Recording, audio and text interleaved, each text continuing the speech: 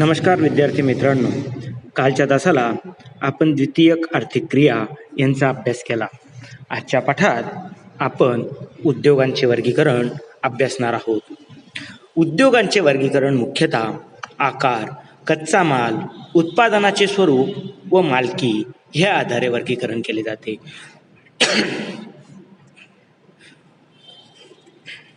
उद्योगांचे वर्गीकरण: कच्च्या मालाच्या स्रोतानुसार केलेले उद्योगांचे वर्गीकरण, भांडवली गुंतवणुकीनुसार केलेले उद्योगांचे वर्गीकरण, उत्पादनावर आधारित उद्योग, मालकीवर आधारित उद्योग हे प्रामुख्याने उद्योगांचे वर्गीकरण आहे.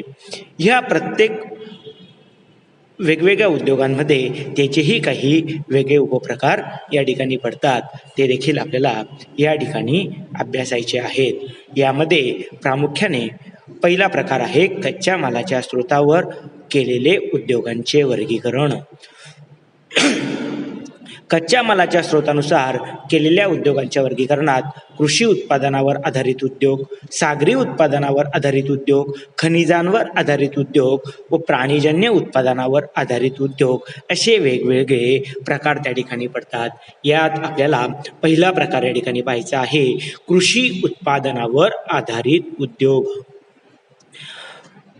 जे उद्योग कृषीच्या उत्पादनावर म्हणजे शेतातून उत्पादित झालेल्या मालावर प्रक्रिया करून जे उत्पादन घेतले जाते त्याचा कृषी उत्पादनावर आधारित उद्योग असं त्या ठिकाणी म्हटले जाते. ह्या प्रकाराच्या उद्योगामध्ये कृषी उत्पादनावर प्रक्रिया केली जाते. उदाहरणार्थ साखर कारखाने असतील, कापड गिरण्या असतील किंवा अन्न प्रक्रिया असेल.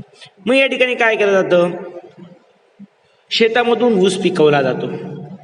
या ऊसावर या ठिकाणी प्रक्रिया केली जाते आणि त्या ऊसापासून साखर त्या ठिकाणी निर्माण केली जाते. तशाच पद्धतीने शेतातून पिकलेल्या कापसावर प्रक्रिया करून कापसापासून धागा त्या ठिकाणी तयार केला जातो आणि या धाग्यापासून या ठिकाणी कापड त्या ठिकाणी तयार केलं जातं. याच पद्धतीने अन्न प्रक्रिया, शेतातून जो माल पिकलेला असतो, जे अन्नधान्य त्या ठिकाणी पिकलेलं असतं, त्या अन्नधान्यावर प्रक्रिया करून ते त्या ठिकाणी पॅकिंग केलं जातं आणि ते पॅकिंग केलेलं अन्नधान्य हे बाजारात त्या ठिकाणी पाठवलं जातं. मग या सगळ्या उद्योगांचा समावेश, जे शेतीतून उत्पन्न होतं ते शेतीमालावर त्या ठिकाणी कोणत्या तरी प्रकारची प्रक्रिया केली जाते आणि प्रक्रिया केलेला माल हा बाजारपेठेमध्ये पोहोचवला जातो. ह्या उद्योगांचा समावेश कृषी उत्पादनावर आधारित उद्योग यामध्ये त्या ठिकाणी केला जातो. दुसरा उद्योग आहे सागर उत्पादनावर आधारित उद्योग. यामध्ये मत्स्य उत्पादनावर प्रक्रिया करून डबाबंद करणे, याशिवाय मोती, शंखशिपले, मत्स्य तेल, शोभिवंत वस्तू या बाबींचा समावेश होतो. हे बघा मित्रांनो, समुद्रामध्ये त्या ठिकाणी मासे असतात. हे मासे त्या ठिकाणी पकडले जातात.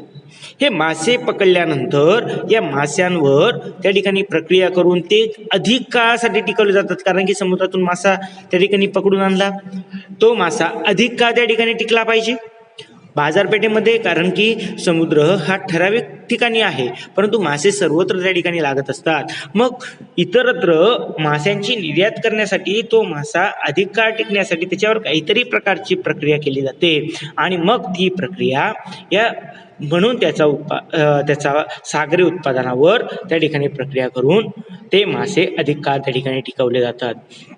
त्याच पद्धतीने माशांपासून तेल सुद्धा त्या ठिकाणी काढलं जातं.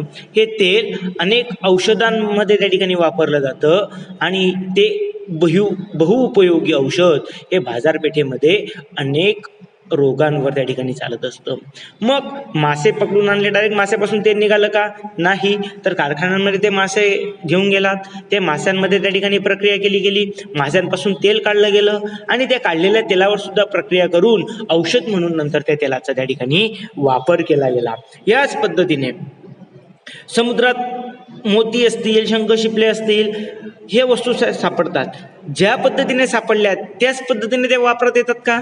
तर नाही, त्याच्यावर काहीतरी प्रक्रिया केली जाते. मोती असतील, समुद्रात सापडलेले मोती त्याच्यावर पॉलिश करणं असेल, त्याला काही अजून शोभिवंत बनवणं असेल, अशा प्रकारच्या प्रक्रिया या ठिकाणी केल्या जातात.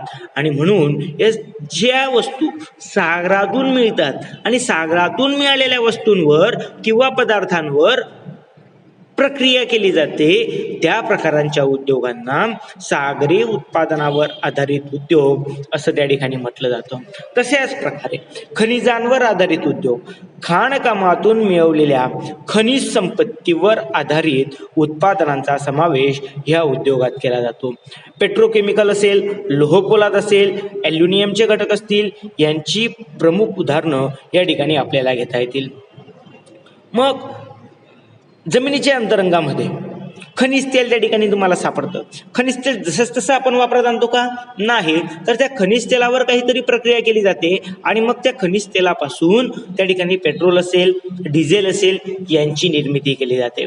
मग ह्या खनिजांवर ज्या ठिकाणी प्रक्रिया केली जाते आणि ज्या ठिकाणी या खनिजांचा उपयोग होतो त्यांच्यावर आधारित उद्योगांचा समावेश खनिजांवर आधारित उद्योगांमध्ये त्या ठिकाणी केला जातो.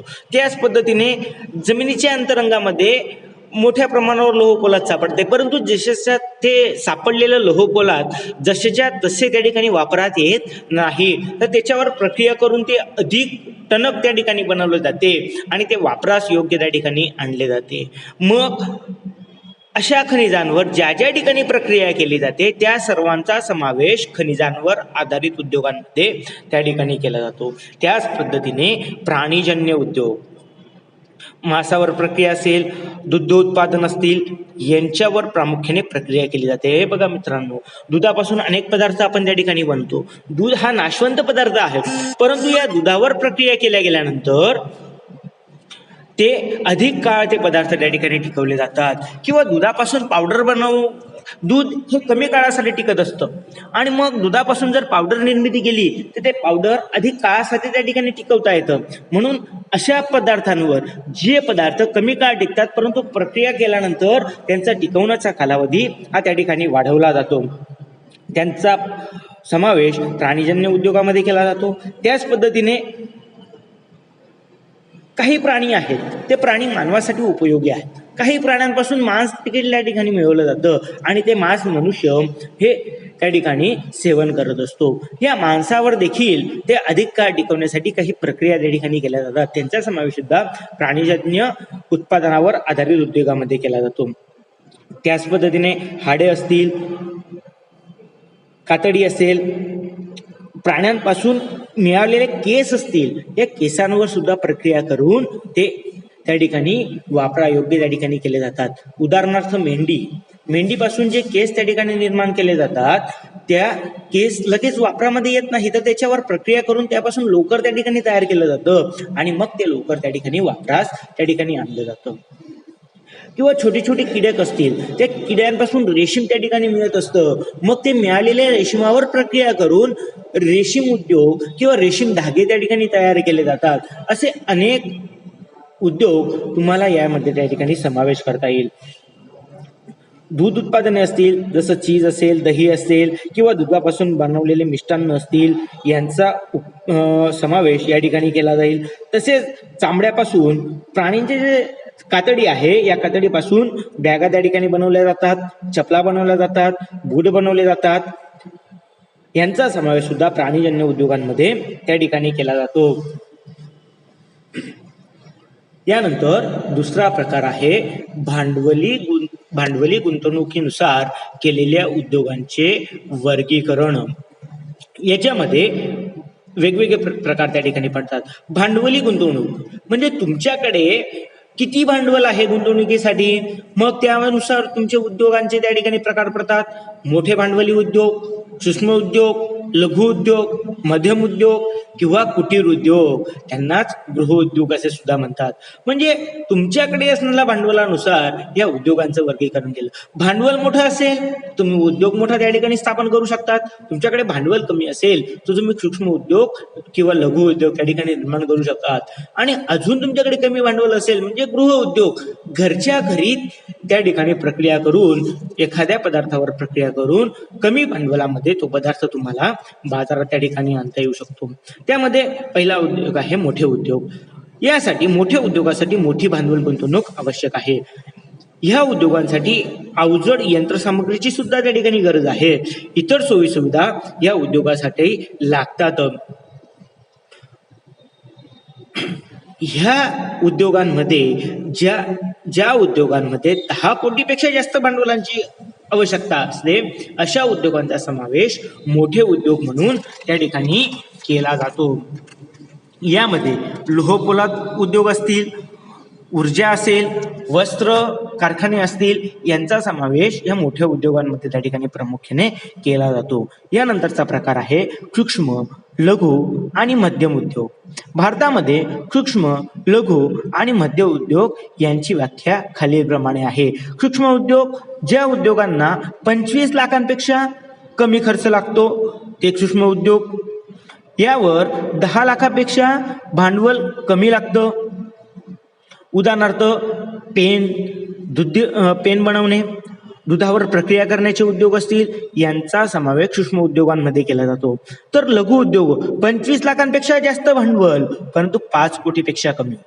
ज्या उद्योगांमध्ये 25 लाखापेक्षा जास्त परंतु 5 कोटीपेक्षा कमी गुंतवणूक केली जाते अशा उद्योगांचा समावेश लघु उद्योग म्हणून त्या ठिकाणी केला जातो. ह्या उद्योगांमध्ये प्रामुख्याने प्लॅस्टिकच्या बाटल्या तयार करणे, लहान खेळणी तयार करणे, कागद निर्माण करणे यांचा समावेश लघु उद्योगांमध्ये त्या ठिकाणी केला जातो. आणि मध्यम उद्योग ज्या उद्योगांमध्ये 5 कोटीपेक्षा जास्त परंतु 10 कोटीपेक्षा कमी गुंतवणूक लागते अशा उद्योगांचा समावेश हा मध्यम उद्योग म्हणून त्या ठिकाणी केला जातो.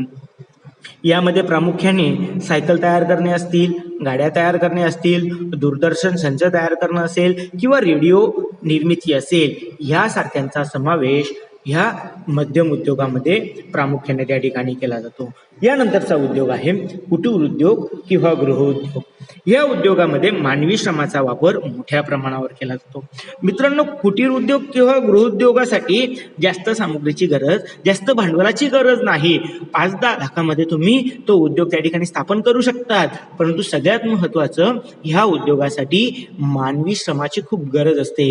या ठिकाणी मजुरांची गरज सुद्धा त्या ठिकाणी मोठ्या प्रमाणावर असते. ह्या उद्योगांमध्ये स्थानिक कच्च्या मालापासून पक्का माल तयार केला जातो. हा उद्योग घरगुती स्वरूपाचा असतो, म्हणजे घरातल्या घरात. यामध्ये मोठ्या अवजड यंत्रसामुग्री नसले तरी चालतात. या ठिकाणी मोठा कारखाना असलाच पाहिजे असं नाही. तुम्ही घरातल्या घरात छोट्या छोट्या वस्तूंपासून हे उद्योग त्या ठिकाणी निर्माण करू शकतात. ह्या उद्योगांमध्ये भांडवल कमी असतं, वाहतूक खर्च कमी असतो. उदाहरणार्थ कुंभार म्हणजे मातीपासून भांडे बनवणे हा घरातल्या घरात चालणारा व्यवसाय आहे. त्या ठिकाणी मोठे यंत्र लागत नाही. फक्त कुंभाराकडे एक चाक असतं, त्या चाकावर तो त्या ठिकाणी मातीपासून भांडी त्या ठिकाणी बनवत असतो. विणकाम असेल, लोहार काम असेल, सुतार काम असेल किंवा हस्तकला उद्योग असतील, घरातल्या घरात तुम्ही हस्तकला अवगत करून तुम्ही नक्षीकाम तयार करू शकता. या नक्षीकामापासून तुम्ही त्या ठिकाणी पैसे मिळवू शकतात. मग ह्या ठिकाणी ह्या उद्योगांसाठी मजूर जो आहे तो कुशल मजूर या ठिकाणी आपल्याला लागत असतो. या ठिकाणी कुशल मजुराची गरज असते.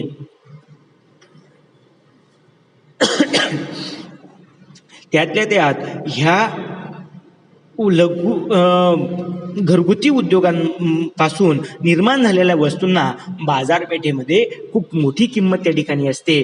उदाहरणार्थ रजई असेल किंवा पैठणी असेल. पैठण्यांवर जे नक्षीकाम केलं जातं ते घर बसल्या त्या ठिकाणी केलं जातं, परंतु ते अतिशय सुंदर रेखीव असं नक्षीकाम असतं आणि म्हणून पैठणीला त्या ठिकाणी बाजारामध्ये खूप मोठ्या प्रमाणावर मागणी आहे. यानंतरचा उद्योग आहे उत्पादनावर आधारित उद्योग. म्हणजे जे उत्पादन मिळालं या उत्पादनावर आधारित उद्योग. जे आम्ही प्रक्रिया करून जे उत्पादन आम्हाला मिळालं त्या उत्पादनानुसार सुद्धा उद्योगांचे वेगवेगळे प्रकार आम्हाला या ठिकाणी पाहावयास मिळतात. यामध्ये प्रामुख्याने उत्पादनाच्या स्वरूपावर उद्योगाचे प्रकार ठरविले जातात. यामध्ये मूलभूत किंवा अवजड उद्योग व गृहोपयोगी वस्तू किंवा हलके उद्योग व सहाय्यभूत उद्योग यांचा या ठिकाणी समावेश होतो. यामध्ये पहिला आहे मूलभूत किंवा अवजड उद्योग. ह्या उद्योगांमध्ये वापरले जाणारे साहित्य मूलभूत उद्योगामध्ये तयार केले जाते.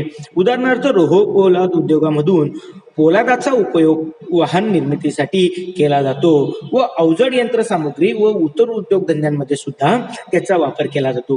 म्हणजे लोह पोलाद हे त्या ठिकाणी मिळालेलं आहे आणि लोह पोलाद मिळाल्यानंतर त्यापासून पोलाद वेगळं करून त्या पोलादावर प्रक्रिया करून या ठिकाणी अवजड यंत्रसामुग्री या ठिकाणी तयार केली जाते. मोटार उद्योग जर तुम्ही बघितला तर हा अवजड उद्योगांमध्ये त्या ठिकाणी त्याचा समावेश होतो. कारण की जे तुमच्याकडे कच्चा माल आहे पोलाद स्वरूपाचा, त्या पोलादावर प्रक्रिया करून असे मोठमोठे वाहनं त्या ठिकाणी तयार केली जातात, मोठमोठी यंत्र त्या ठिकाणी तयार केली जातात. मग हे यंत्र पुन्हा त्या ठिकाणी तुम्हाला इतर कामांसाठी उपयोगी त्या ठिकाणी ठरू शकतात.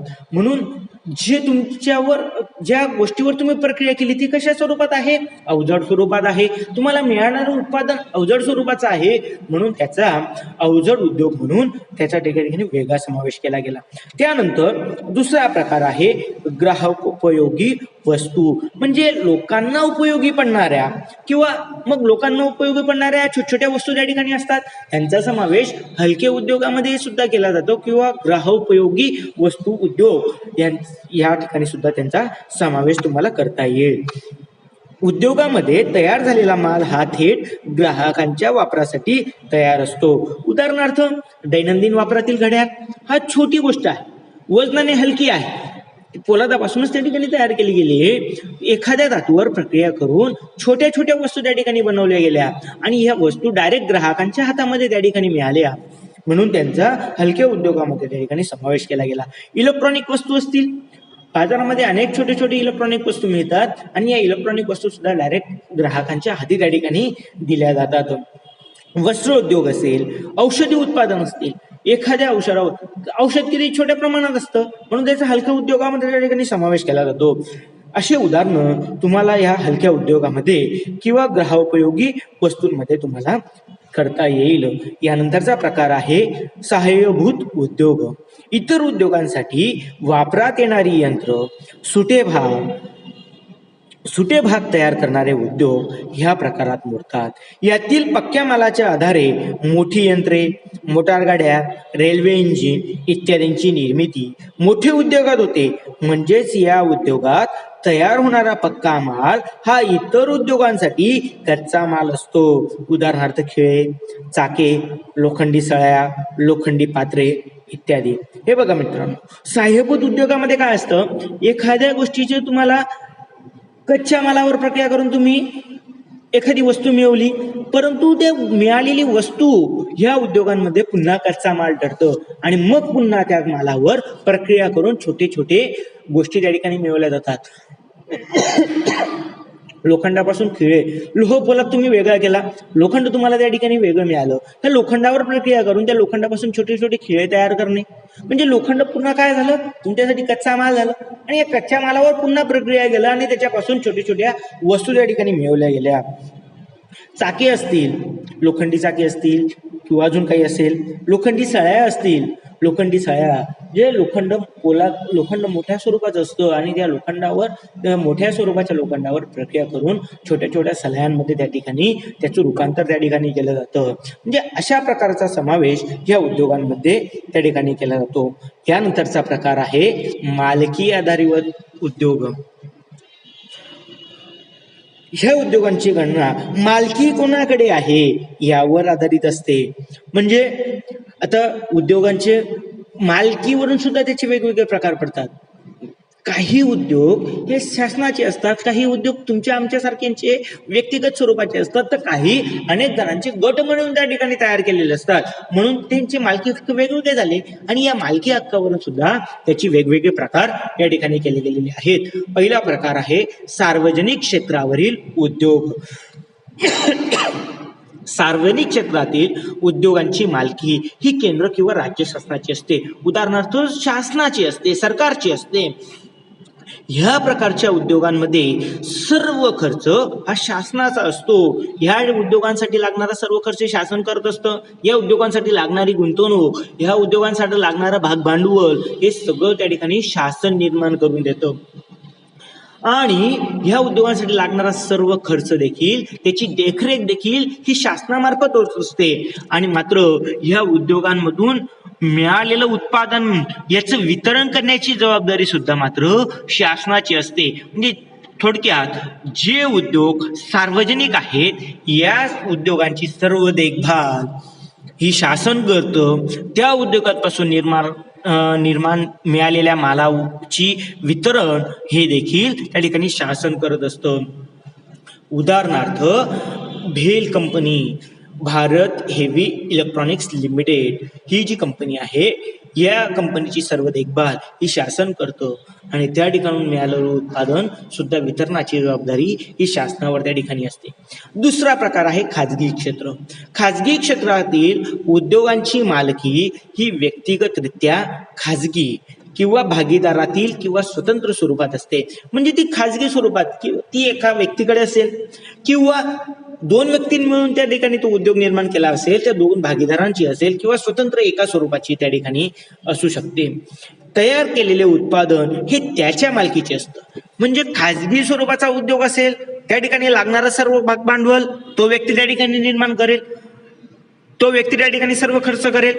मात्र त्या ठिकाणी मिळालेलं उत्पादन ज्या उद्योगातून निर्माण झालेलं उत्पादन आहे त्या उत्पादनाची सर्व जबाबदारी सुद्धा त्या व्यक्तीची असेल. त्या उत्पादनावर सर्व मालकी हक्क त्या व्यक्तीचा असेल आणि मग ती व्यक्ती मिळालेल्या उत्पादनातून त्याचं भागभांडवलाची गुंतवणूक असेल, त्याच्यावर झालेला खर्च असेल, या सगळ्यांची गोळाबेरीज करून मिळालेल्या उत्पादनातून तो नफा देखील त्या ठिकाणी कमवू शकतो. उदाहरणार्थ टाटा लोह पोलाद उद्योग या ठिकाणी टाटा कंपनीचा लोह पोलाद कारखाना आहे. त्या ठिकाणी टाटा कंपनी काय करते, त्या लोह पोलादावर प्रक्रिया करते आणि मग उत्पादन झालेला माल हा त्याच्या नावाने टाटा स्टील या नावाने तो बाजारात आणतो आणि मिळालेल्या मग तो माल बाजारात आणल्यानंतर तो माल विकल्यापासून जो काही नफा मिळतो, जो काही फायदा होतो हा सर्वस्वी त्या कंपनीचा त्या ठिकाणी असतो. दुसरा प्रकार आहे संयुक्त क्षेत्र. या ठिकाणी दोन सरकारी संस्था किंवा व्यक्ती, सरकारी किंवा खाजगी संस्था यांनी संयुक्तरित्या चालवलेल्या उद्योगांचा समावेश संयुक्त क्षेत्रामध्ये केला जातो. दोन सरकारी संस्था, ह्या दोन वेगवेगळ्या संस्था ह्या एकमेकांशी करार करून संयुक्त उद्योग त्या ठिकाणी स्थापन करू शकतात. मग हे उद्योग स्थापन करण्यासाठी लागणारं भागभांडवल त्या संस्थांनी निर्माण करायचं किंवा त्या व्यक्तींनी निर्माण करायचं.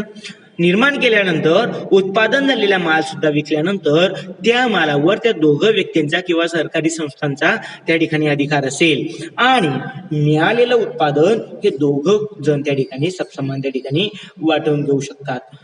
प्रामुख्याने ना नफा ना तोटा ह्या तत्वावर आधारित हे उद्योग त्या ठिकाणी चालत असतात. म्हणजे नफाही कमवायचा नाही आणि तोटाही द्यायचा नाही, अशा पद्धतीने हे सरकारी क्षेत्रावर आधारित उद्योग या ठिकाणी काम करत असतात.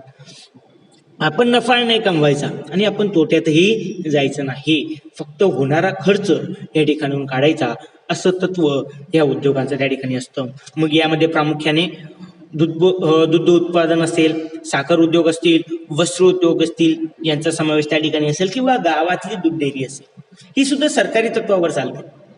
म्हणजे गावात काय करतं, ते दूध संकलन करतं आणि संकलन केलेलं दूध बाजारपेठेमध्ये आणून सोडतं. मग यामध्ये ते जास्त नफ्यातही जात नाही आणि जास्त तोट्यातही जात नाही. आणि मग याच्यानंतरचा प्रकार आहे बहुराष्ट्रीय उद्योग. खाजगी किंवा सार्वजनिक उद्योगांचे क्षेत्र जेव्हा एका देशापुरते मर्यादित न राहता अनेक देशांमध्ये विस्तारते, अशा उद्योगांचा समावेश बहुराष्ट्रीय उद्योग म्हणून त्या ठिकाणी केला जातो. म्हणजे एखादा उद्योग निर्माण झाल्यानंतर तो फक्त एका देशापुरता किंवा एका राज्यापुरता मर्यादित न राहता तो अनेक देशांमध्ये विस्तारतो, तेव्हा त्याचा समावेश बहुराष्ट्र उद्योग म्हणून त्या ठिकाणी केला जातो. प्रामुख्याने हिंदुस्तान लिव्हर ह्या कंपनीचा अनेक देशांमध्ये त्या ठिकाणी विस्तार आहे किंवा नैसर्गिक वायू उत्पादन करणाऱ्या कंपन्या यांचा सुद्धा अनेक देशांमध्ये त्या ठिकाणी विस्तार आहे. मग यांचा समावेश बहुराष्ट्र उद्योगामध्ये प्रामुख्याने त्या ठिकाणी केला जातो. अशा पद्धतीने आपण द्वितीयक आर्थिक क्रिया यांचा अभ्यास केलेला आहे.